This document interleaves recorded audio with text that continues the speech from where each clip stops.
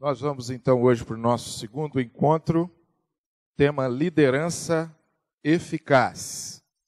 Nosso segundo encontro hoje, nós vamos ouvir com o pastor Elias Dantas as prioridades da liderança. Maravilha. Campeão. Boa noite, meus irmãos e irmãs. Quantos estavam aqui ontem? Mas que maravilha, viu? Fico contente de ver vocês de volta aí. Que coisa linda. Vamos pôr o primeiro de ontem aí para... Quantos não estavam ontem à noite aqui? Agora estão. Então, por amor a vocês, vamos uma rápida revisão. Nós começamos ontem pedindo a vocês para nos dizerem quantos quadrados tinham aqui. Saiu de tudo, todo tipo de opinião. E está tudo certo, todos acertaram. Porque é uma questão de perspectiva. Vimos aqui na resposta a essa pergunta que a seta está ali. Então, muitos não conseguiram localizar a seta, porque a gente vê o que os nossos olhos são treinados para ver. E a gente está aqui esses dias para a gente aprender a ver algumas coisas a respeito da liderança que de outra sorte não viríamos. Então, nós fomos adiante. O próximo aí, sou eu que estou mudando, né, rapaz? Aí fica difícil agora, hein? E vimos a definição de liderança, a de líder. Afirmamos aqui que a coisa mais difícil é encontrar nos livros a definição do que é um líder. A gente encontra muita definição sobre a tarefa do líder, que é a tarefa da liderança. Mas a pessoa do líder é algo muito difícil de ser definido. E as pessoas e os livros não tratam da pessoa, porque os livros querem vender. Então, eles tratam a respeito da tarefa da liderança. Eles tratam a respeito do processo de liderança, etc. Mas como aqui nós estamos tratando do líder segundo o coração de Deus, a gente deu essa definição aqui, dizendo que o líder é uma... Vamos recordar lendo todos juntos? Um líder é uma pessoa com capacidades e responsabilidades dadas por Deus e que influencia um grupo específico do povo de Deus em direção aos seus propósitos. Muito bem, nós afirmamos ontem que todos são líderes, no sentido de, embora nem todos tenham posição de liderança, há uma diferença muito grande entre posição de liderança e a capacidade de influenciar os outros, que é o que o líder faz. Todos nós aqui influenciamos alguém. Então, alguns influenciam muita gente, mas todos nós somos influenciados e influenciamos alguém. Neste sentido, você e eu somos líderes. Somos líderes. E observe que não está dizendo que é um homem. Está vendo ali? Diz que é uma pessoa, porque homens e mulheres são dotados da receita da liderança. Então, é para homem e para mulher. É uma pessoa, vimos ontem, com capacidades e responsabilidades dadas por Deus. As capacidades acabei de mencionar. Aquilo que Deus já lhe dá ao nascer. Aquilo que você adquire pelo seu esforço. E os dons espirituais que Ele dá quando você nasce de novo. Essa combinação... Ela lhe põe numa posição de liderança, numa competência de liderança em alguma área para o qual ele está lhe treinando para este fim. E essa área passa a ser a sua responsabilidade. E nela você influencia as pessoas que estão ao seu redor para os propósitos de Deus para aquele grupo. Então, liderança, acima de tudo, tem que ter um componente de discernimento da vontade de Deus muito grande. Mas aí ontem nós ficamos nos pilares da liderança. Alguém recorda o que tratamos aqui ou não? O primeiro pilar foi o pilar do caráter. O caráter, cujo núcleo... Qual é o núcleo central do caráter? Alguém lembra? A integridade. O bloco de valores inegociáveis que cada um de nós temos, que define quem somos. Se a gente quebrar, nós estamos liquidados. Depois vimos o segundo pilar, que é o pilar do conhecimento. Afirmamos que há muita gente boa, homens e mulheres na liderança da igreja, que vale a pena ser admirados e obedecidos, é o povo bom, mas se essa pessoa não tiver conhecimento, tem muita gente não se esforçar por aprender, não souber direcionar-nos para as respostas que procuramos, etc., há muita gente boa e que tem conhecimento, mas cedo ou mais tarde o povo sai, e não adianta reclamar, eles vão para o outro. Terceiro pilar é o pilar dos resultados. A mesmice, ela tem até um seu lugar, porque dá um sentido de segurança, você está em terreno conhecido. Mas com o passar do tempo, se as caras são sempre a mesma, se nada acontece, se os verbos são todos do passado, a gente cansa. A gente cansa. E há muita gente boa que é uma verdadeira enciclopédia, onde resultados estão acontecendo. E aí eu desafiei a igreja para considerar, diante de Deus, o envolvimento de todos, com o pastoreio do novo pastor que vocês têm, que é um homem tão bom, e seguindo aí o exemplo do reverendo João, que teve um ministério tão brilhante aqui nesta igreja, vamos quadruplicar isso aqui, é possível. Com o esforço de todos, nós vamos. Porque temos que ter os resultados. Então, vimos que esses três primeiros, eles são pilares universais para crentes e não crentes. E terminamos ontem com o último, da unção divina.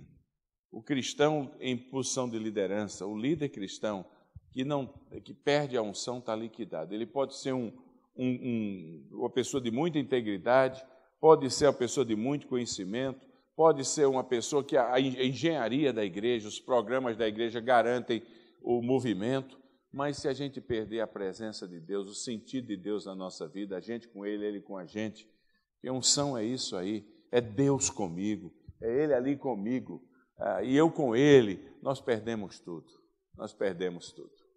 E ontem terminamos com isso aí. Alguém tem algum comentário a respeito de ontem? Eu mencionei dos movimentos de vigor da igreja e avivamento com os jovens, mas não foi para ofender ninguém, diferentemente. Nenhuma pessoa mais idosa ficou ofendida aqui não, né? Porque os jovens sem o conhecimento dos mais idosos estão liquidados também. Então, esses aí são os pilares, Eu ia dizendo assim, hoje uma valorizada no pessoal da minha idade, para cima. Porque houve um caso na história das missões, quando a Bíblia diz, jovens eu vos escolhi porque sois fortes, tendes vencido o maligno, é batalha. A palavra de Deus permanece em vocês. Pais, ou mais idosos, eu vos escolhi porque tendes conhecido aquele que é desde o princípio, 1 João, conhecimento, tem que ter essa simbiose na igreja. Houve um famoso caso da tribo nas Filipinas, há 100 anos atrás, quando os missionários luteranos descobriram uma tribo da Idade da Pedra, vivendo em caverna nas Filipinas. Havia mais ou menos 100 índios, ou nativos, né? Então, entre eles havia uns 14 a 15 anciãos. O ancião de lá era 40 anos, 50 anos, a expectativa de vida era muito pequena, mas era um ancião em relação aos outros. E eles tinham um machado de pedra na mão. E os missionários observaram que os mais jovens procuravam os anciãos quando precisava derrubar uma árvore, fazer alguma coisa, quebrar uma rocha para construir uma casa, etc. Abrir um buraco para pudesse ficar, que eles moravam nas cavernas. Eles procuravam mais velhos, mas era um machado de pedra, ficou conhecido como o famoso caso do machado de pedra. Missionários muito bem intencionados. Então, eles falaram, mas esse pessoal está muito devagar, vamos fazer um bem para a sociedade aqui? Eles trouxeram um machado de aço e deram para todos os jovens um machado de aço. As árvores caíram muito mais rápido, concorda comigo? Tudo caiu mais rápido e os mais velhos se suicidaram. Todos os 15 cometeram suicídio. Aí uma tribo, um grupo pertinho, atacou aquela vila e os 85 que restavam, os jovens, não lutaram, cometeram suicídio. Então foi o famoso caso da extinção de um grupo. Isso é uma história, na antropologia a gente estuda, como boas intenções às vezes não produzem os resultados esperados. Porque os missionários, bem intencionados, esqueceram de discernir que para a estabilidade daquela sociedade, o conhecimento, a experiência, o tesouro da experiência estava com os mais idosos, representado no machado de pedra. Então, quando a crise aconteceu, os mais idosos, por falta, perderam o propósito da existência, se cometeram o suicídio. Quando a crise aconteceu, os jovens procuraram os mais idosos, eles não existiam mais. Então, eles não tinham mais o conhecimento para resistir. Como resistir à crise do ataque que está vindo, e eles cometeram suicídio também. Não é uma história triste? Mas como é verdadeira? Jovens, eu vos escolhi porque sois fortes. São mesmo. A palavra de Deus permanece em vós. Tende vencido o maligno. Bota a turma para trabalhar, porque não há avivamento sem mocidade. Mas, pais, eu vos escrevi porque tendes o conhecimento. Que coisa bonita. Aleluia. Não é assim? Então, tá bom demais. Tá resolvido, colega? Fiz a média aí ou não? Então tá bom. Bom, hoje nós vamos tratar das prioridades. Porque a gente, todos nós somos o tempo todo desafiados a decidir se a gente vai andar por urgência ou por princípios e prioridades. O tempo todo a gente tem urgência na nossa vida, não tem? Não é assim? Se você quiser responder às emergências da sua vida, você não faz mais nada na vida, concorda comigo? As emergências, principalmente quando a gente está na liderança, em qualquer coisa, na igreja, no seu emprego. Se a gente não andar pelas prioridades, pelos princípios centrais, nós vamos ser indivíduos correndo atrás de urgências. Urgência, ela vem e vai. Entendeu? As prioridades permanecem. Então, a gente sempre tem que estar discernindo isso aí. E Paulo entendia muito bem isto, quando ele conversou com a liderança da igreja que ele havia fundado, a igreja de Éfeso. Eu vou chamar a sua atenção ao texto, Atos 20. Olha o que é que diz lá. Atos 20, 17 a 24. O texto diz assim, Atos 20, 17 a 24. De Mileto, mandou a Éfeso chamar os presbíteros da igreja.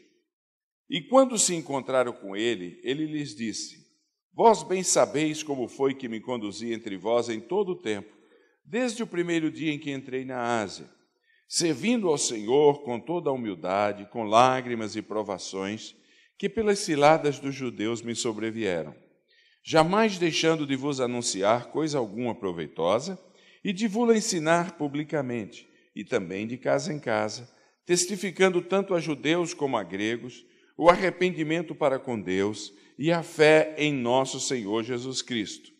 E agora, constrangido em meu espírito, eu vou para Jerusalém, não sabendo o que ali me acontecerá, senão que o Espírito Santo, de cidade em cidade, me assegura que me esperam cadeias e tribulações.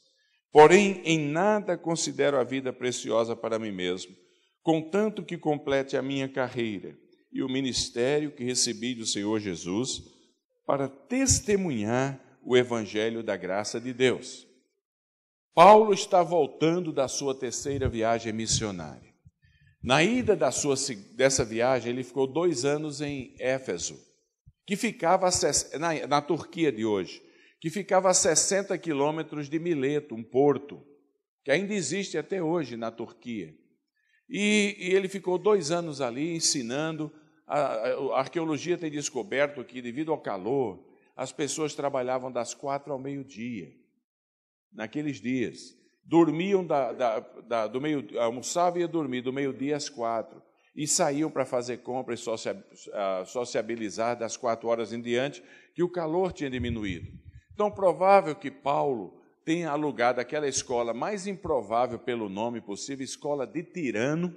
Um tirano, Paulo alugou de um tirano a um lugar para ensinar a igreja os caminhos de Deus e a palavra de Deus por 2 anos. Agora ele seguiu viagem, ele está voltando mais ou menos 3 anos e meio depois, e foi assegurado a ele pelo Espírito Santo que ele tinha que utilizar aquela última oportunidade para encontrar os presbíteros, porque o que aguardava a ele lá em Jerusalém seriam cadeias e tribulações.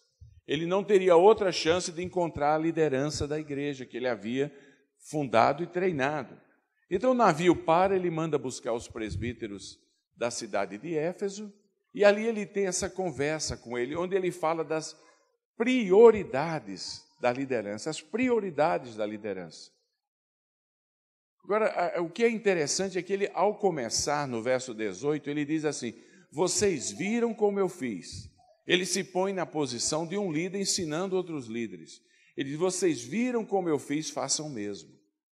Olhe, meus irmãos e irmãs, treinamento, existem várias maneiras de se treinar pessoas. Então, não esqueça isso que eu vou te dizer aqui. De cada 100 líderes no mundo, 3 líderes são treinados formalmente. O que é um treino formal?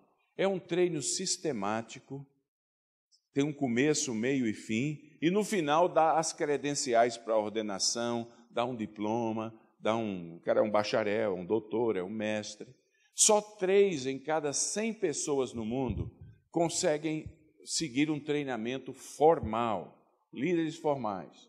Se perguntássemos aqui quantos de nós temos diploma universitário, por exemplo, é provável que fosse uma minoria, porque no Brasil é uma minoria.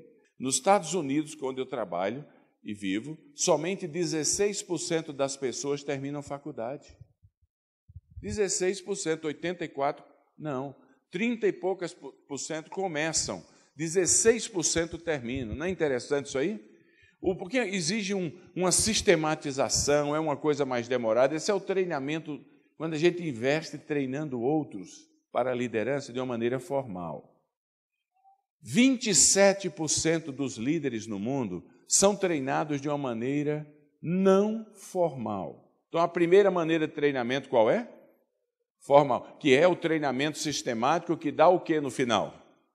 Um diploma. 27% dos líderes, não é de igreja não, líderes no mundo, são treinados não formalmente, que são aqueles cursos que a gente dá, que a empresa dá. Na empresa que você trabalha, se for uma empresa tamanho médio para cima, eles constantemente têm cursos, não tem?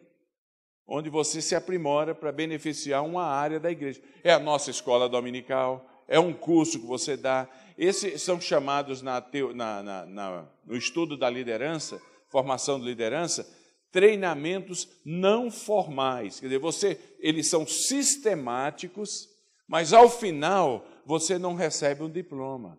Você recebe no máximo um reconhecimento da igreja ou da empresa, um aumento de salário, etc. Mas você não pode dizer, depois de um treinamento não formal, que você terminou um doutorado. Não terminou. Você terminou um curso sistemático, mas foi um curso. Então, a cada 100 líderes no mundo, 3 líderes são treinados de que maneira? 27 são treinados de quê? Não formal. Então, 3 são treinados de que maneira? 27 são treinados de que maneira? Mas não é possível. Não formal. Agora, 70% são treinados de uma maneira informal. O que é o treinamento de uma maneira informal? É pôr junto de você. É o que o Testemunha de Jeová faz. Um mais experiente e o mais novo vão bater de porta em porta nas casas. Aliás, eu descobri porque o Testemunha de Jeová, a revistinha dele chama Despertar. E você sabe por quê ou não? Que ele sempre vem na casa da gente de madrugada. Mas é o que Jesus fez, mandou 2 a 2. E é o que Paulo fez aqui. Paulo não fundou não deu diploma a ninguém, mas ele diz aqui para os presbíteros: vocês viram o que eu fiz, faça o mesmo.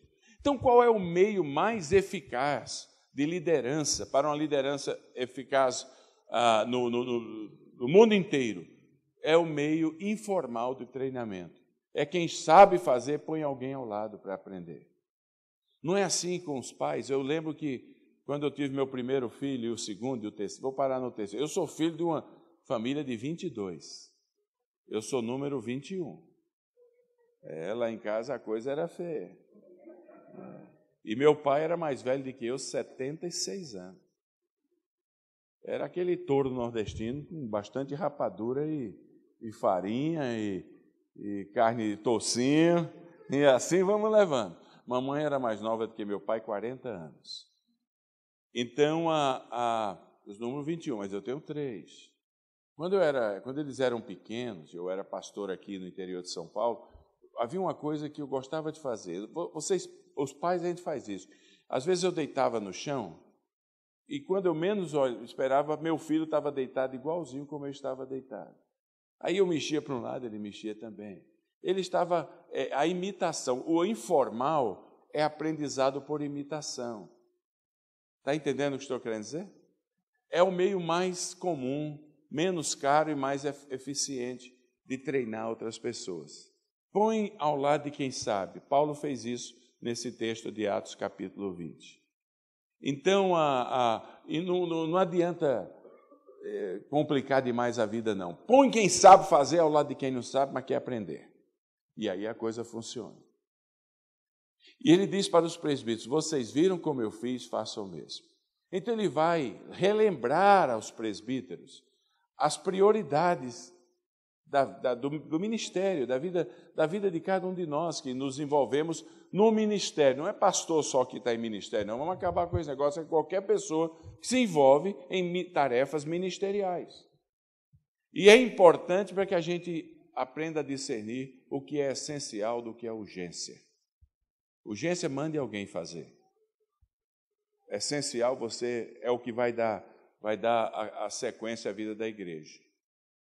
É a essência que transforma vidas. Que prioridades são essas que ele diz aí? Ajude-me a discernir aqui. Primeira delas está no verso 19. Qual seria... alguém lê aí em voz alta. Vamos ler todos juntos o verso 19. Vamos lá. Servindo, Senhor, com toda a humildade, lágrimas e provações que pelas ciladas dos judeus me sobrevieram. Paulo diz, vocês viram como eu fiz. Desde o primeiro dia em que eu entrei na Ásia. Vocês viram? Desde o primeiro dia que eu entrei aqui, eu tive um cuidado muito grande para que vocês ficassem vendo, para vocês aprenderem. A prioridade de nível 1 da liderança eficaz. Qual é o nome que sintetizaria isso aí que você colocaria? Se tivesse uma palavra para sintetizar o verso 19, o que é que você colocaria? Ou uma frase? Humildade, serviço. Vamos juntar as duas, serviço com humildade. O que acha? Vai ou não vai? Porque não é isso que ele diz aí? Então, mas aí é um serviço com humildade aos outros ou a quem? O que é que ele está dizendo aí? Ao Senhor. Por isso que tem que ter lágrimas. Porque a coisa mais difícil do mundo é a gente aprender a dar glórias a Deus e não a nós mesmos. A grande verdade é que todos nós gostamos do bem feito da parte dos outros em relação a gente. Se o bem feito não vem, eu já escutei tantos irmãos em nossas igrejas presbiterianas, líderes, SAF, o PH, UPA, o MP e ministérios, dizendo assim, quando eu fiz as coisas certas nessa igreja, ninguém disse bem feito. Quando não deu lá muito certo, caíram de pau em cima de mim. Eu não quero saber mais nada aqui. Já ouviram essa conversa, não? Povo ingrato, miserável, aquele negócio todo. Pois é, a quem nós estamos servindo? No nível das nossas motivações. Aliás, a pergunta mais chave aqui é a seguinte, como é que você se vê diante de Deus? Como é que eu me vejo diante de Deus? Como aquele que serve a Deus ou como aquele que quer ser servido por Deus? Estamos tratando aqui de prioridades. A sua prioridade, você que tem atividades ministeriais nessa igreja já, alguma coisa você está fazendo. Quando você faz, quem é que você... Esse é o confessionário. Você aí é o momento do confessionário. Quem é que você quer? A quem você está servindo? No nível das suas motivações, a quem você está servindo? A você mesmo, para receber o bem feito? Ou a Deus, que julga todas as coisas? É uma luta constante no meu coração e é no seu. Concorda comigo ou não? Porque a gente gosta do elogio. O elogio é bom demais, tomara que venha sempre. Mas ele tem que ser uma consequência e não a razão da minha motivação. Está seguindo comigo? É assim. John MacArthur, uma vez, ele disse que foi entrevistado por um repórter. O repórter perguntou para ele: pastor, o senhor gostaria de ser pastor do mundo inteiro? Ele começou a igreja há 40 anos, hoje tem 8 mil membros. Escreveu o Novo Testamento, comentário do Novo Testamento inteiro, tem programa de televisão, abriu uma universidade, um seminário. É uma coisa tremenda, é uma máquina. Coração pelos perdidos. Se eu estivesse no lugar dele, eu diria, sem titubear, claro. Mas ele respondeu para o repórter, de maneira nenhuma. E aí o repórter pergunta para ele, não esperava aquela resposta, por que o senhor não quer ser pastor do mundo inteiro? Falou, meu filho, primeiramente, essa posição já está ocupada. Não está disponível. Já tem um supremo pastor e bispo universal das nossas almas e o nome dele é Jesus Cristo. Segundo, se eu quiser mesmo, no meu coração, ser pastor do mundo inteiro, eu não vou estar cooperando com Cristo. Eu vou estar competindo com Cristo. Competindo com Cristo. Então, a liderança, você e eu, eficaz, se a gente vai deixar a decoração e quer pensar no essencial, o essencial nas prioridades é como nós nos vemos diante de Deus. E temos que nos ver como aquele que serve a Deus. Serve a Deus. Jesus, em Mateus 6,1, diz assim, guardai-vos, quer dizer, toma cuidado, zele, para não fazer os seus atos de bondade diante dos outros, com o fim de ser desconhecidos e reconhecidos pelos outros. Quer dizer, com a intenção de ser, de outra sorte não terás galardão nenhum do vosso Pai Celestial. O que Jesus está dizendo e se você ler a continuação do texto, Mateus capítulo 6, você vai ver quais são os atos de bondade que ele está mencionando lá. São atos de adoração pública, são atos de dar esmola, são os atos, aquelas coisas da prática da vida. Ele diz, se você estiver fazendo para que as pessoas reconheçam que você é o bom, se elas não reconhecerem, você não vai receber mais nada de Deus, porque Deus nunca foi o seu objetivo. Está seguindo comigo aí ou não? Então, eu e você temos que regularmente, não digo diariamente, mas regularmente, fechar a porta do banheiro, olhar no espelho e perguntar a gente mesmo, a quem eu estou servindo? A mim mesmo ou a Deus? E vamos descobrir que a gente serve muito a gente. Por isso o texto diz aí, servindo ao Senhor com lágrimas. Há muitos de nós que o altar da presença de Deus não sente um olhadinho de uma lágrima há décadas. Não tem jeito de lutar contra o nosso ego sem o quebrantamento na presença de Deus, sem o reconhecimento que estamos errando. Passa tudo por aí. Então, o altar da presença de Deus tem que estar regado pelas lágrimas do nosso arrependimento, por errarmos tanto, por querermos tanto a nossa glória, competindo com Cristo. Ninguém dormiu ainda, não? Então, a prioridade de nível 1 é a prioridade para com Deus, que é servir a Deus com coração humilde e com lágrimas. Pois você lê em casa, 1 Coríntios capítulo 4, versículos de 1 a 4, onde Paulo diz que o que Deus espera quando seu filho voltar é que a gente seja encontrado como dispenseiro fiel. Você lê todo o texto. Mas essa palavra dispenseiro era a palavra, eu tive o cuidado, pensei que era diáconos. Quando eu fui ver no grego, é a palavra opereta. E não está pensando num cantor de ópera, não. Opereta aí é um marinheiro dos barcos fenícios. Os barcos fenícios, antigamente, na costa do Líbano, eles tinham 3 andares. O andar de cima era o andar do capitão, da navegação, etc. O andar do meio era a caserna, onde dormiam e comiam. O andar de baixo era o andar onde ficavam os escravos acorrentados, recebendo chicotada nas costas, remando, quando dava calmaria no meio do mar, tinha água até o joelho. Era um andar horrível, pois o nome daqueles marujos, ali, lá do andar mais baixo, eles eram chamados operetas.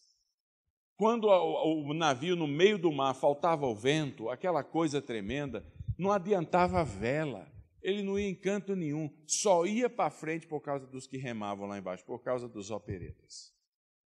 Então, quando Paulo está escrevendo para a igreja de Corinto, ele diz que quando Jesus Cristo voltar, o que ele espera de mim e de você, líderes, somos líderes, o que ele espera da gente é que a gente seja achado fiel como um opereta. Em outras palavras, quem olhar de fora para a nossa vida, que veja só a arca da salvação que é Jesus Cristo. Quem olhar para a nossa igreja, veja Cristo. Agora, sem o opereta, a igreja não vai em canto nenhum. Porque há momentos na história da igreja que é uma paralisia miserável, não é assim?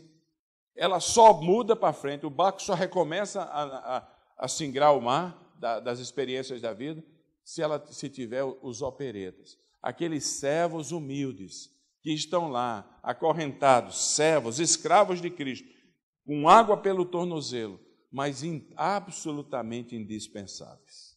São os operetas.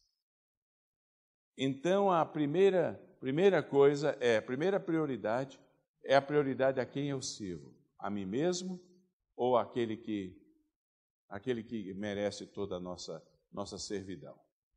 Servir com um coração humilde e com lágrimas. Tudo bem até aqui?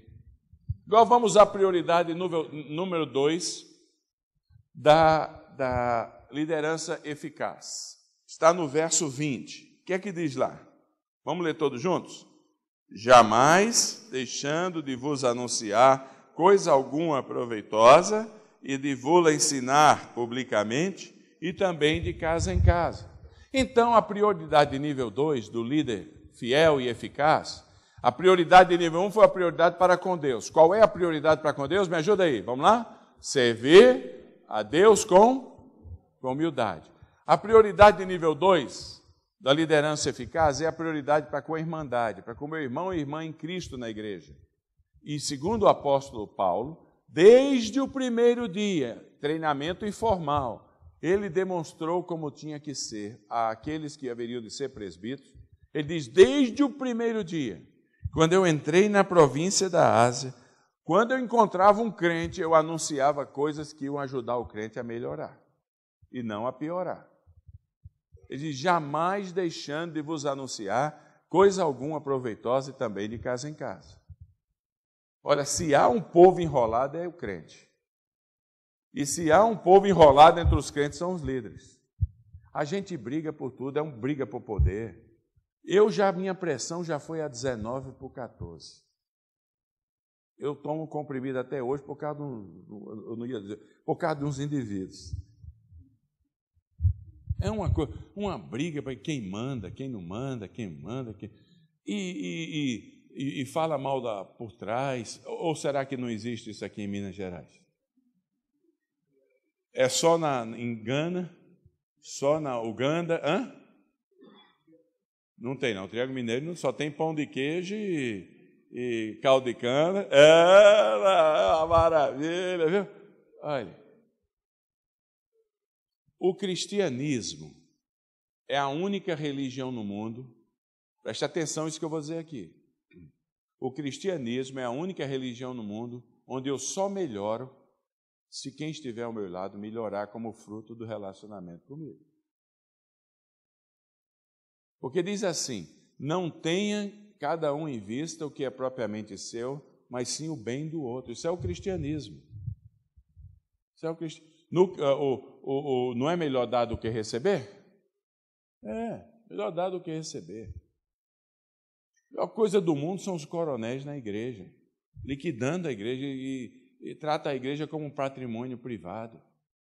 Não entende que o segredo de um bom presbítero, o segredo de um bom diácono, o segredo de um ótimo presidente de mocidade, presidente de UPA, o segredo de um bom professor de escola dominical, é se, quando deixar de ser, o povo debaixo da liderança dele está mais crente, melhorou, caminhou bem.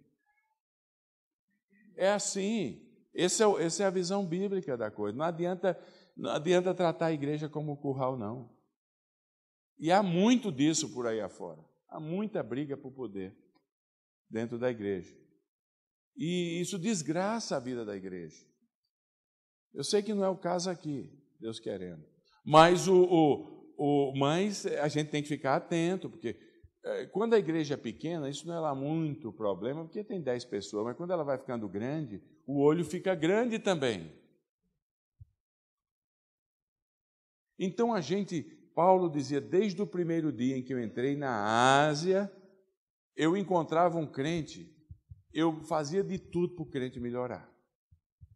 Meu filho perguntou para mim, pai, quando ele era jovem, adolescente, pai, eu posso namorar fulano e tal? Falei, meu filho, você pode namorar quem você quiser. Mas primeiro eu estava muito feliz, porque um adolescente hoje em dia pedir ao pai se pode namorar, você tem que dar um culto em ações de graça por 30 dias seguidos. Depois eu falei, aí quando eu disse para ele, filho, você pode namorar quem você quiser, ele me deu um beijo, me deu um abraço, que pai maravilhoso, mas não é tudo isso não, peraí, calma. Você pode namorar quem você quiser, contanto que quando o namoro acabe, que vai acabar, vão acabar vários, a pessoa que namorou você saiu melhor do relacionamento, mais crente, amando mais a Deus, amando mais o povo, do que quando começou o relacionamento. Pois é, filho. Porque o cristianismo é a única religião no mundo que a gente mede o sucesso do nosso ministério pelo progresso dos outros. Pelo progresso dos outros. Disseram para o Joãozinho, para a classe do Joãozinho, amanhã só dou presença se, a professora falou, se trouxer uma frase bonita. E o Joãozinho foi para casa, nem não aguentava, chegou, mãe, pai, Joãozinho, né? Eu preciso de uma frase bonita para amanhã, senão eu vou receber falta na classe. O pai falou, não tem problema, meu filho. Diz assim, é melhor dar do que receber. O Joãozinho dormiu repetindo, é melhor dar do que receber, é melhor dar do que receber.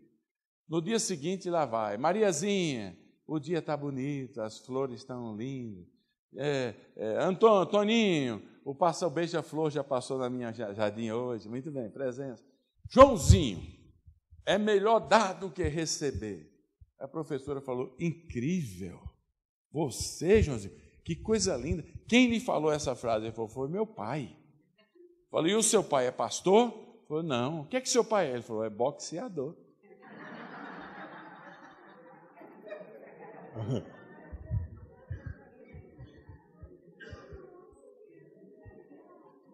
Agora, a gente como crente e líder, o cristão pode conversar sobre o que ele quiser na vida. Pode ou não pode? A gente é livre ou não? A gente pode conversar sobre política, sobre esporte, sobre novela, sobre livro, sobre igreja. Pode ou não pode? Sobre amizade. A gente é livre para conversar. A gente é livre para conversar. Mas a gente conversa sobre essas coisas de vez em quando, dá cada rolo. Até conversar sobre o cachorro do vizinho dá rolo. Cachorro é um negócio. Eu vou ficar calado porque vai me comprometer. Eu sei que você tem um cachorrão grande. Na minha casa só tem um de porcelana.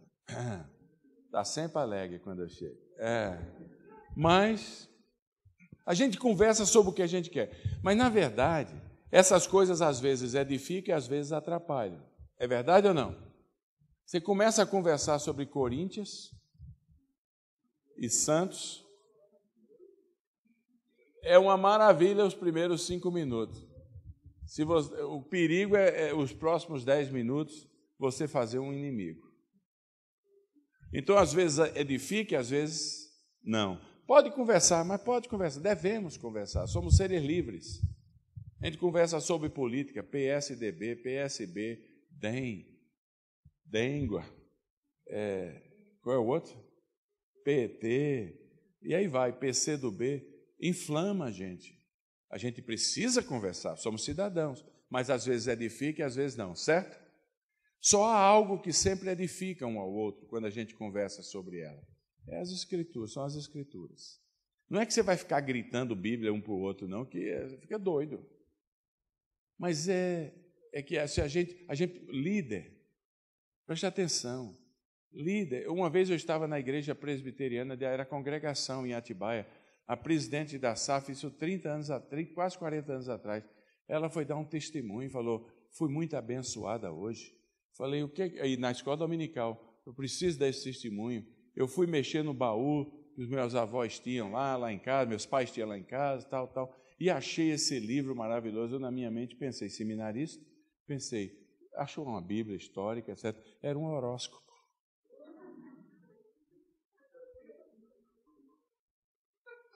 Líder. Um horóscopo. Abençoada pelo horóscopo. Vai ver que ela caiu no signo de Touro, que é o meu.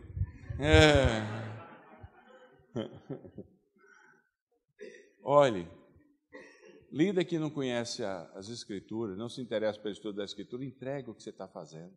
Crie vergonha. Você está atrapalhando a igreja. Olhando a igreja. Eu fui na casa de um casal lá no interior de São Paulo, recentemente. Ele vai fazer 66 anos, aposentado. A esposa é uma dentista de 62 anos, aposentou. Eles me puseram no quarto de visita. Quando eu vou tomar um banho, estava no espelho. Não cesses de falar deste livro da lei, com batom. Antes medita nele de dia e noite, para que tenhas cuidado de fazer segundo tudo quanto nele está escrito. Então farás prosperar o teu caminho e serás bem-sucedido. Josué capítulo 1, versículo 6. Aí eu fiquei impressionado. Aí chegou a hora do jantar, tomei meu banho e tal. Chegou a hora do jantar, eu desci. Tem água? Um copinho d'água? Pode pegar na geladeira. Quando eu vou abrir a geladeira, está lá no papel. Não cesses de falar deste livro da lei. Medita nele de dia e de noite. E vai. Aí fomos jantar. Aí não aguentei mais, porque o vidrão que tem na sala de jantar estava lá escrito o quê? Não cesse de falar. Aí eu perguntei, Púpio, pelo amor de Deus, o que é isso, rapaz? Ele falou, por que tem versículos da Bíblia espalhados pela sua casa? Ele falou, minha esposa e eu, olha, um diácono, minha esposa e eu, nós colocamos no nosso coração que esse ano íamos memorizar 52 versículos. Então, nós temos um versículo da semana. A gente anota, copia esse versículo em todos os lugares centrais da casa que a gente vai pelo menos 5, 6 vezes por dia. Sem esforço, no final da semana, a gente memorizou o versículo da semana. Que coisa bonita. Ali está um líder preocupado em guardar no coração as palavras de Deus para não pecar contra ele. Não é uma receita maravilhosa? Os caras, a gente nem conhece pedaço. Esses dias atrás eu vi de uma mulher dando um testemunho e ela foi dizer, como está escrito, lâmpada por meus pés é a tua palavra, e não saiu o restante. Lâmpada por meus pés é a tua palavra. E falou, ele, quando viu lâmpada por meus pés é a tua palavra e energia para o meu corpo inteiro.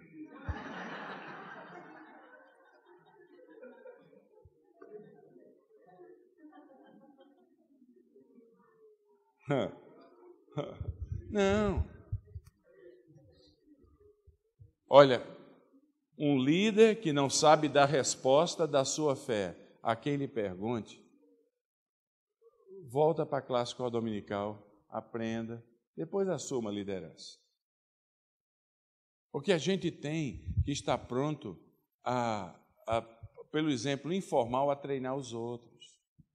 Quando uma igreja que não enfatiza as Escrituras, ela enfatiza a igreja.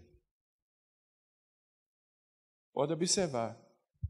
Vê o chapelão da vida que tem na televisão? Como é que é o nome dele? O Valdomiro. Vê o Pedir Mais Cedo. Vê essa turma toda. Você vê que tem programa aí que pede dinheiro. Ei, você aí, me dá um dinheiro aí. Aquele lá, esse pessoal. você pode ver que todo o foco dele não é na Bíblia. O foco deles é na igreja. Já notou isso aí ou não? Os testemunhos das pessoas são: quando eu passei a frequentar esta igreja. Você já notou esses detalhes? Ninguém fala quando eu conheci a Cristo.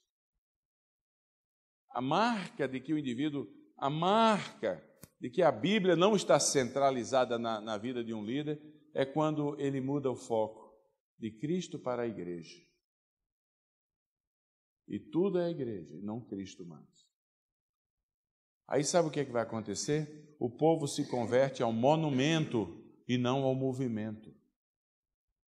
E aí vai acontecer o que aconteceu na igreja presbiteriana, lá de pertinho da minha casa, de New Rochelle. Templo lindo, 400 lugares em pedra, bonita, aquela coisa que você pode fazer um filme de Hollywood lá, tão bonito que é. E eu entrei dentro da igreja, que eu queria conhecer, um templo lindo daquele, era um domingo de manhã, e tinha lá uns 25 idosos, 30 idosos. E o que me chamou a atenção não foi só ter idoso. O que me chamou a atenção é que um lado tinha cortina e o outro não tinha cortina. Aí eu perguntei ao diácono de plantão, que tinha mais ou menos uns 88 anos, eu perguntei para ele: meu irmão, por que é que tem cortina de um lado e não tem cortina do outro? Aí ele falou: é porque havia aqui na igreja, a igreja tem o partido que quer cortina na janela e o partido que não quer cortina na janela. E foi a única maneira de evitar a divisão na igreja. Só tinha 30. Então ele falou: quem quer ficar, quem é do partido da cortina na janela, senta à direita de quem entra. Quem é do partido... quando não tem Bíblia, tem esses absurdos. Entendeu? Aí, tenta mudar o púlpito do lugar, porque vai ter uma cantada. Você recebe cartão vermelho, porque o foco é o monumento, não é mais o movimento. Está todo mundo seguindo comigo aqui ou não? Então, um líder cristão que não conhece as Escrituras tem que criar vergonha. Porque é um ato... Se você é líder, está influenciando alguém. O pessoal vem com seus problemas e luta para você, e você diz: esquenta não, quando passar a Sara, eles querem uma palavra ungida, que seja luz para o caminho deles. Então, a prioridade é essa, as Escrituras. Lâmpada para os meus pés é a tua palavra. Luz para o meu caminho, não energia para o meu corpo inteiro. Eu posso contar umas histórias por aí afora de teste que foi feito em igreja, mas eu vou deixar isso para outro dia. Porque olhe, preste atenção, outra coisa. A gente acha que tudo acontece no vácuo na igreja. Não. Nenhuma geração acontece ao acaso. Vocês estão aqui hoje porque gente semeou na vida de vocês. E a próxima geração vai ser o resultado do que vocês semearem. É claro que cada geração, diz a sociologia, ela herda um tesouro da geração passada, que dá a noção de perenidade, de sequência, de pertencimento. Mas ela inova em relação à geração futura. Está seguindo comigo aí ou não? Cada geração tem alguma coisa nova que surge. Se não tiver, o progresso não acontece, as inovações não acontecem. Mas ela herda do passado, então nada acontece num vácuo. Se a gente quiser saber como a igreja dos Martins aqui, os seus netos, você não precisa mais estar aqui não. Provavelmente daqui a 30 anos, a cara dessa igreja vai ser bem diferente. 20 anos, 10 anos, muita gente já vai ter partido para estar com o Senhor. Então, mas se você quiser saber como é que os seus filhos, seus netos, seus bisnetos vão estar pensando, crendo e agindo na fé, você tem que pensar o que você está fazendo hoje, e ensinando hoje, e crendo hoje. Porque eles vão herdar e vão inovar, mas vão herdar. Entendeu? Hoje eu recebi um e-mail da igreja, dos colegas do meu presbitério. Eu sou do presbitério São João da Boa Vista. Lá nos Estados Unidos eu frequento um presbitério, uma classe da Igreja Reformada, os colegas tudo revoltado, porque a Igreja Reformada aqui, que é parceira com a nossa igreja, que eu faço parte dela lá, por determinação do meu presbitério aqui, São João da Boa Vista, votou no Supremo Conselho, na Assembleia Geral ontem, que qualquer pastor que advogar dentro da igreja a ordenação de gays é passível de disciplina. Eu assino embaixo, tá certo ou não? Você usar o seu povo para ficar dizendo que bicho deve ficar ali, não funciona. Então, aí os colegas da minha classe, que é a classe mais liberal dos Estados Unidos, na região de Nova York, fora de Nova York, tudo mandando e-mails hoje revoltados. Como é que pode não tratar os gays desse jeito? E aquele negócio, como é que pode? E aí eu tenho que mandar um e-mailzinho de volta para ser o contraponto, né? Não, vamos conversar, mas mas chega nesse nível. Está entendendo o que estou querendo dizer? Sem escritura, o grande argumento lá é porque tem 2 pastores cujos filhos são bicha. Então, então, olha o que é que acontece. O argumento, não se vê Bíblia citada em momento nenhum lá nas discussões naquela classe. Toda vez que vai se discutir o assunto, os 2 que têm filho que sabe como é que é? Ele levanta e diz, como é que eu vou ser contra? Como é que eu vou querer? Isso eu escutei muitas vezes. Como é que eu vou querer fazer parte de uma igreja onde o meu filho não pode fazer parte? Não se fala em arrependimento, não se fala em mudança de vida, e nem se cita a Bíblia. Está seguindo comigo? Então, líder, todos aqui somos líderes em potencial ou em realidade, a gente influencia outros. Nós temos que conhecer as Escrituras, porque está acontecendo tanta abobrinha dentro da igreja, tanta abobrinha, casaco que é jogado em cima de gente cai, não sei o quê, antigamente era dente de ouro, hoje não sei o quê, hoje olha, cada coisa impressionante que anda. Um ex-aluno meu do Seminário de Campinas, pastor aqui em Minas Gerais, me telefona e pergunta, o que é que eu faço, reverendo? Eu falei, o que é que houve? Tem gente na igreja vendo chuva de pedra preciosa. Eu falei, primeiramente eu estou num aperto danado, guarda um pouquinho num saco aí. Manda para mim, não conta para ninguém, eu estou necessitado, viu? Segundo, chama a Polícia Federal, a Receita, que alguém está enrolando o governo, tem que pagar a taxa. E terceiro, crie vergonha, ensine Bíblia para o seu povo. Bíblia, que lâmpada para os meus pés é a tua palavra, e luz para o meu caminho. Certo, gente? Amém? Quando a sua influência for medida,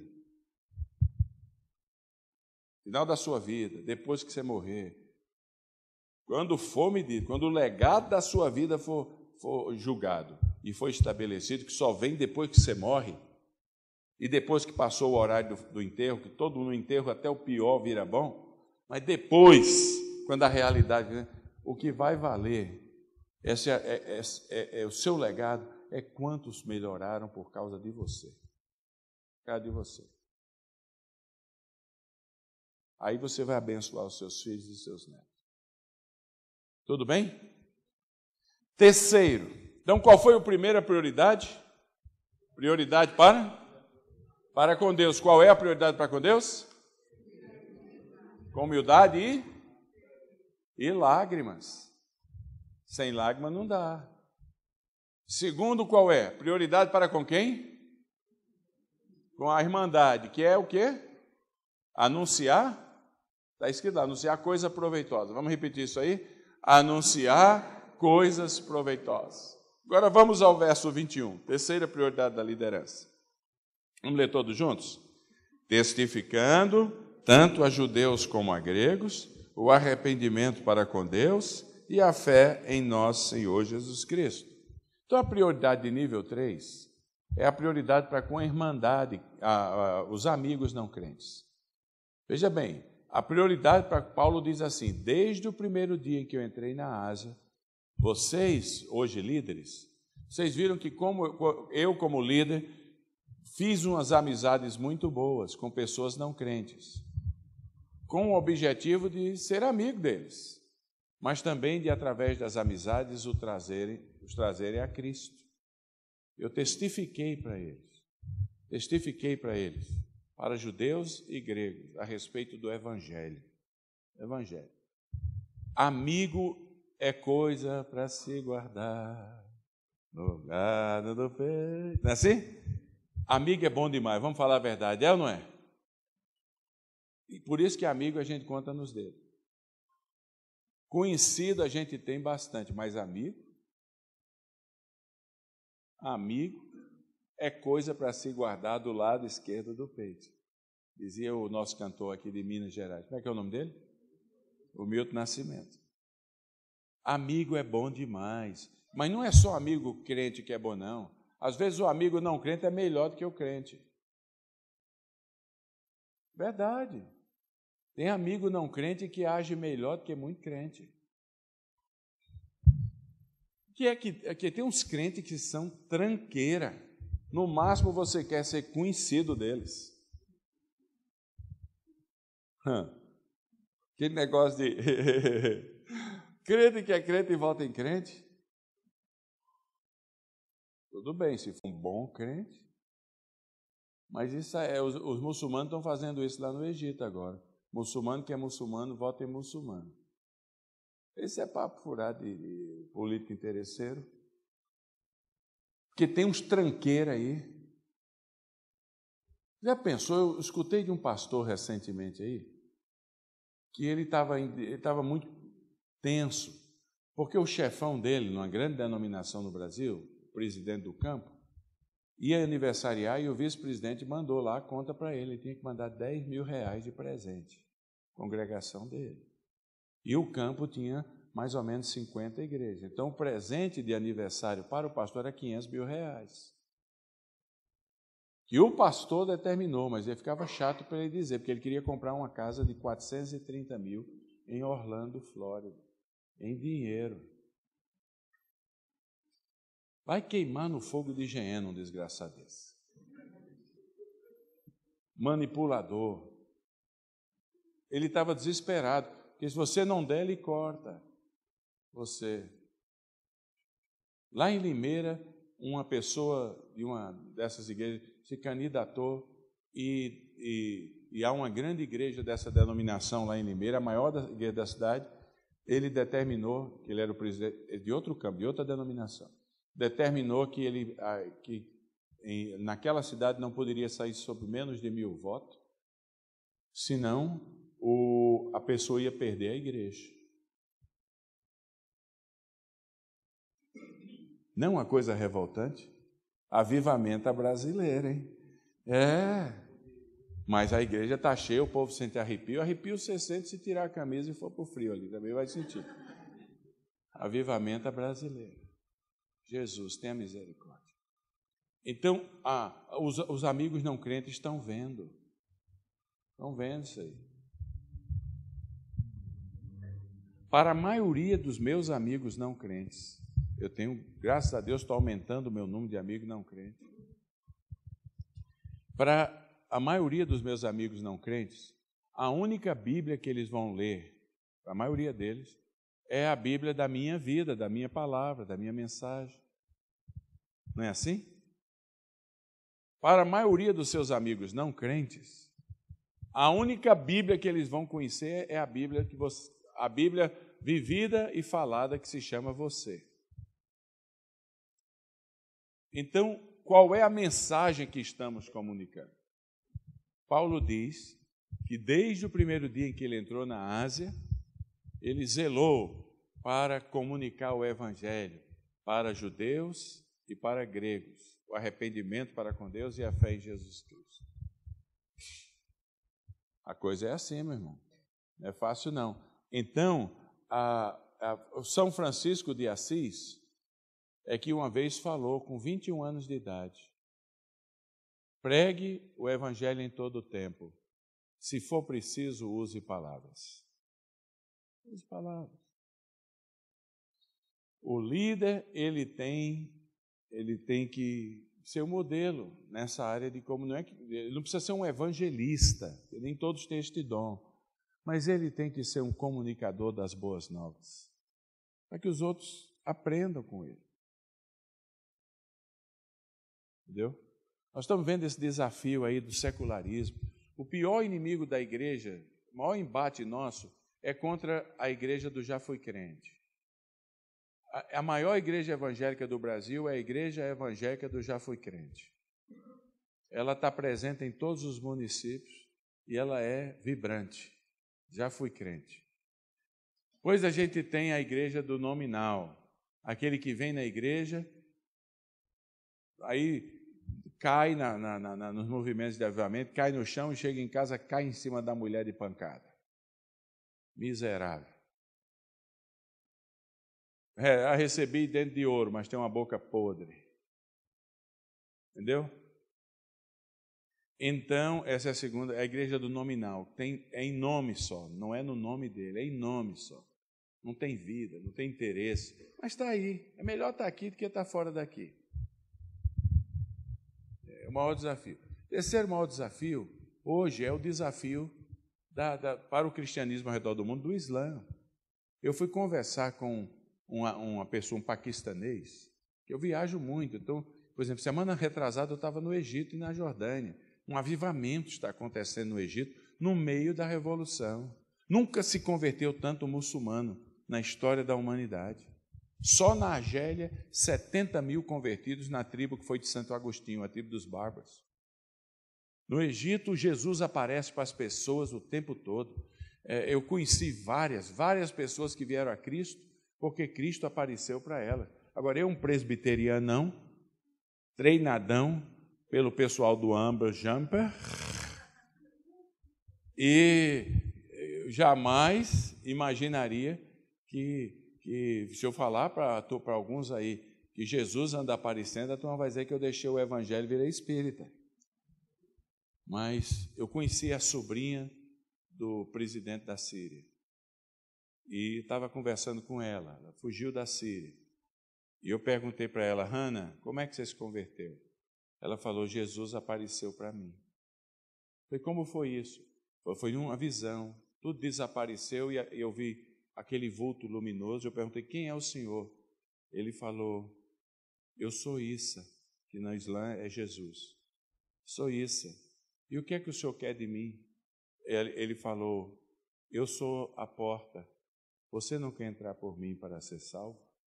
Falei: mas eu já li isso aí no Evangelho também, está lá. É legítimo. E aí, o que é que aconteceu? Ela falou: eu entrei e ele me abraçou e me salvou. E ela teve que fugir da Síria, porque o pai dela é o chefe da segurança do país e ia matá-la. Então, ali está uma líder que, quando ela começar a falar, a gente está vivendo, nós não temos tempo para brincar. Temos tanto desafio ao redor da gente, e esse é o tempo que a gente tem. O tempo é esse, é a nossa limitação. Você vai morrer, irmão. Você só tem esse tempo. É o tempo da sua peregrinação. O líder tem que entender isso. Ele não tem tempo a perder. Então, essa última viagem aí, tivemos 14 deles, levei 83 pastores brasileiros para um retiro, com os pastores do Oriente Médio. Aí eu pedi para o pastor Samer, da Igreja Presbiteriana do Cairo, que tem 7 mil membros, da Igreja Central do Cairo. Só na cidade do Cairo tem 210 igrejas presbiterianas. E essa tem 7 mil membros, corajosa. Olha, é uma coisa impressionante. Quem sabe eu trato sobre isso amanhã, tá certo? Ou não, domingo de manhã, que você quer que eu faça perguntas e respostas sobre as coisas que Deus está fazendo no mundo. Mas lá tinham 14 dando testemunho. Uma moça é uma engenheira, tinha alguns médicos. Só nessa crise converteram 35 médicos, que a igreja transformou, cancelou os cultos e transformou o santuário num hospital de campanha. Atendeu 1.500 pessoas que estão lá na Tahrir Square. Falou: vamos, botou o povo para orar em cima, que toda segunda-feira tem uma reunião de oração com os 1.200 crentes lá. Falou, vamos tratar os doentes. E 50 médicos muçulmanos vieram ajudar, 35 se converteram. Mas essa moça é uma engenheira. Eu estava traduzindo, eu chorava, eu não consegui continuar a traduzir. Sabe quando dá aquele negócio na garganta sua? Ela contou que no Islã, o Islã diz que Jesus nunca morreu. Quando tentaram levar ele na cruz, os cristãos dizem que ele foi crucificado, mas na verdade, quando chegou lá junto na cruz, a turma trocou ele por Judas. Judas é que foi crucificado. Então, mas aí ela assistiu aquele A Paixão de Cristo, de Mel Gibson. E à noite Jesus apareceu para ela numa visão. E as lágrimas de Jesus eram de sangue. E ela perguntava o que é que ele queria. Ele falou, eu quero que você me siga. Siga-me. E ela falou, eu vou lhe seguir. Eu decido te seguir. E aí, ela dando testemunho, quando ela acordou, olha, eu sou um presbiteriano calvinista, professor de seminário, tá certo? Quando ela acordou, que ela foi tomar banho, ela notou que as veias do pulso dela, na hora ela falou, eu sou uma engenheira, eu trabalho com números de exatos, minha ciência é exata, são números, fórmulas. Ela falou, ela abriu e mostrou, aí foi quando eu me emocionei muito. Tinham assumido a forma de uma cruz. Porque no Egito, quando você nasce numa família cristã, os pais fazem uma tatuagem perene, aquela que fica para a vida inteira, de uma cruz, no pulso da criança. E ela estava com uma cruz. Uma cruz. Ela falou, a marca da cruz. E todo mundo querendo bater foto daquilo lá, os colegas. Vários aqui, eu dou o nome, você tiver interesse em conversar com quem estava lá. Coisas maravilhosas. Desafio tremendo, não é? Então, é o nosso grande desafio, os nossos amigos não crentes. João dizia, eu não tenho o maior prazer que saber que meus filhinhos estão andando na verdade. Você não precisa ganhar 100 para Jesus, não. Deixa o evangelista ganhar. Se Deus der a graça, tudo bem, mas através de um longo tempo, ganhar o direito de falar, entende? Integridade, verdade, amor, dedicação, sem tirar vantagem, ter o prazer em ajudar. Quem sabe Deus lhe dá a graça até o final da sua vida de ter levado alguém a Cristo. Está ótimo. Tudo bem?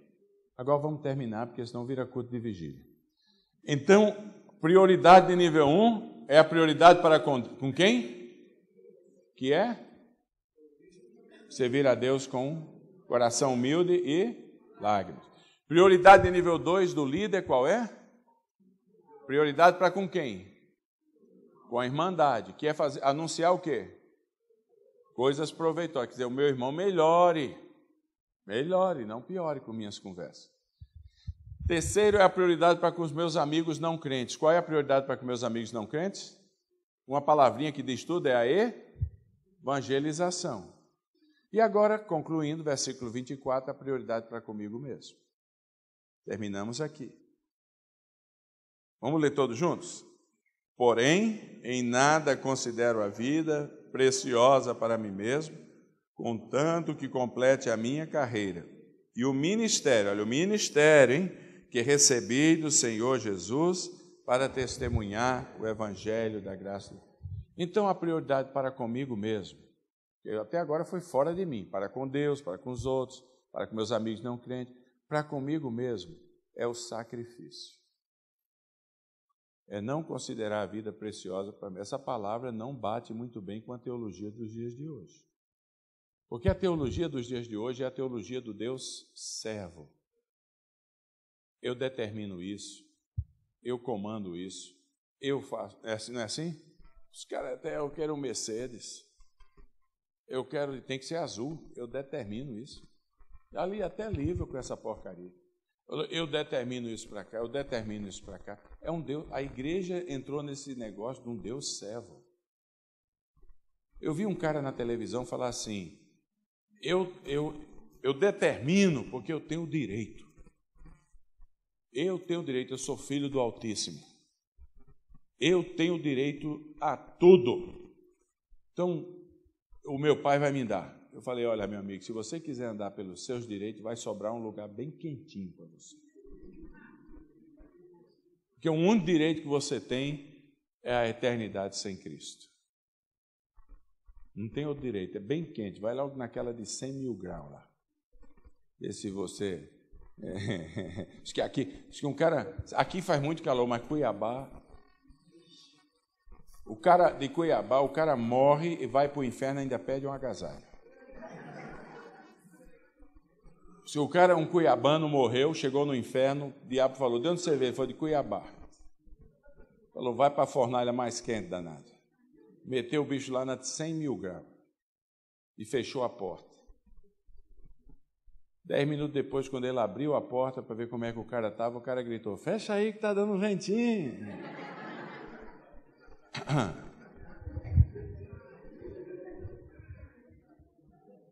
Mas, a prioridade para com a gente é o sacrifício. Nada na vida se consegue sem sacrifício. Ou vocês acham que dá para conseguir algo na vida sem sacrifício? Só se tirar na loteria.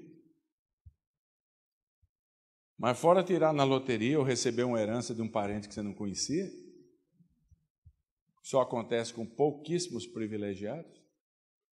99% de todos nós, tudo que a gente conseguiu na vida foi sacrifício.